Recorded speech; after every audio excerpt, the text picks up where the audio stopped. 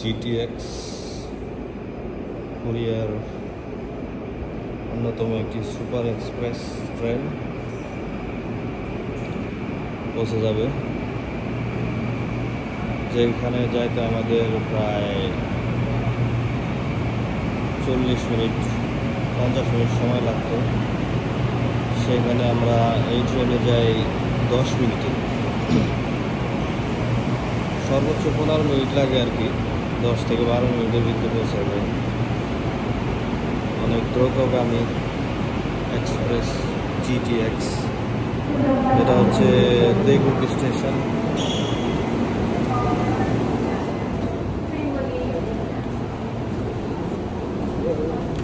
ট্রেনটা আসলে এক্সপ্রেস,